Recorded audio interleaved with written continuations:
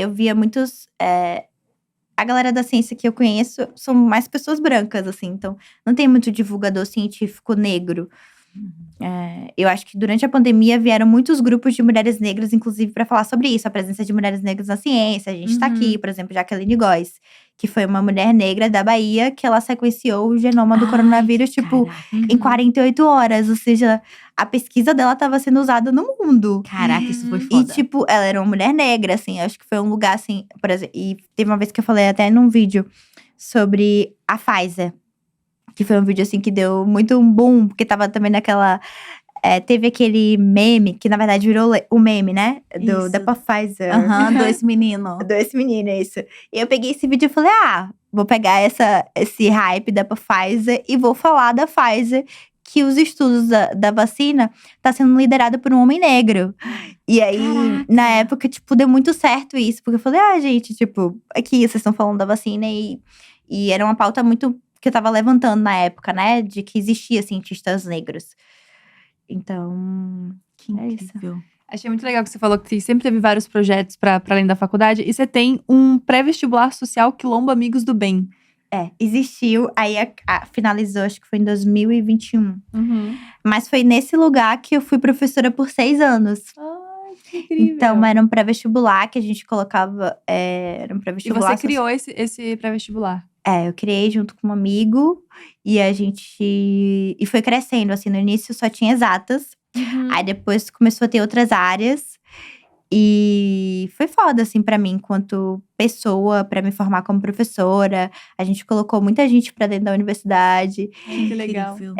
Eu lembro que eu tinha uma aluna… A primeira vez que eu li um livro de Angela Davis foi de uma aluna que ela queria ir pro Sul. Fazer ciências sociais. Legal. E eu ficava, por que você quer ir pro Sul? Eu falei assim pra ela. E ela falou, tipo, não, é isso, eu quero ir pro Sul. E depois, ela me deu um livro dela. De mulher, raça e classe. Porque ela achava que não tinha essa coisa de feminismo negro. É feminismo e etc e tal. E ela era muito disruptiva. Ela foi uma aluna minha numa escola. E por isso que ela foi para vestibular. Ela queria moldar o projeto político-pedagógico da escola. Falar sobre questões de gênero, de sexualidade, né? Então, ela sempre falava sobre isso. E aí, ela falou… Depois de um tempo que ela já entrou na universidade, ela falou, Ananda, eu queria muito falar com você. Porque eu lembro, assim, de uns momentos específicos que a gente tentou conversar sobre essa questão de feminismo. E aí, eu lembro que eu tava muito cética, assim, que eu não entendia por que existia feminismo negro. Inclusive, ela já tinha lido Angela Davis, mas ela não achava isso. E quando ela foi morar no Sul, ela falou, nossa, eu sou uma mulher negra no Sul e tudo muda, sabe? E o pré-vestibular é em Salvador. Era em Salvador. Caraca, tudo muda. Tudo muda. E ela falou assim, eu lembro que quando… E eu não lembro disso, né? Mas ela falou assim, eu lembro que quando eu falei assim, eu vou pro Sul. E você falou, por que Sul? Eu só questionei, assim, por que Sul? E ela disse assim, agora faz todo sentido, eu entendo por quê, né? Porque aqui é um outro contexto. Não que ela não poderia ir, né? Mas era um outro contexto, assim. E então eu lembro que teve muitas pessoas assim que marcaram a minha vida, que eu tenho certeza que eu marquei também. Tinha uma aluna que ela ficava assim, por que vocês dão aula gratuita? Eu não entendo isso. Caraca. E elas ficavam tipo assim, por que você faz isso? Tipo, elas não entendiam por que a gente tinha… e não era só a gente, assim, existiam outros projetos, né? Muitas pessoas na quebrada criam pré-vestibulares pra ajudar. Eu lembro de uma fala muito marcante, assim, pra mim. Eu participo de um fórum de quilombos educacionais, são vários quilombos juntos.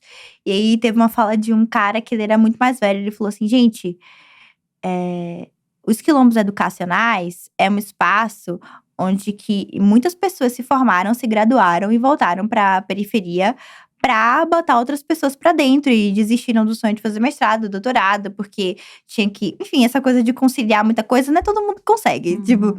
E tem outras realidades objetivas que puxam, né? O trabalho, o material, enfim. E aí, muita gente voltou pra colocar muita gente pra dentro da universidade. Tá fazendo, tipo, mestrado, doutorado depois de muito mais velho, assim. Então, era esse espaço, assim, de apoio e de colocar pessoas pra dentro, sabe? E que eu acho que a minha geração, assim, também já vem nesse lugar de não romantizar. Não, a gente não vai abdicar dos nossos sonhos. A gente vai fazer tudo o que a gente quer, mas a gente também vai voltar pra quebrada e ajudar, assim, sabe? Dentro do que a gente pode. Que foda. Nossa, que E aí, bonito fico isso. pensando muito… Depois não, né? Essa trajetória tá acontecendo e é muita dedicação, porque tem dedicação e rigor com os seus textos, com os seus vídeos. Você também publica, né? Você vive a vida acadêmica de fato, a dissertação. E aí fico pensando, em que momento é Cananda por Cananda, sabe? Eu sei que você tem fé, a gente tava falando um pouco sobre isso. Quais são as coisas que você busca fazer, assim, pra se recarregar como indivíduo, não necessariamente como divulgadora científica, como professora, como produtora de conteúdo? Porque chega um ponto em que você entrega muito. Você entrega muito e o tempo inteiro e todos os dias. Quais são os momentos em que você se recarrega, recebe de volta, sabe? Eu acho que eu tô muito nesse processo agora, assim. Eu acho que eu tô conseguindo começar a amadurecer com as coisas da vida. Eu falo, nossa, eu preciso de um tempo pra mim.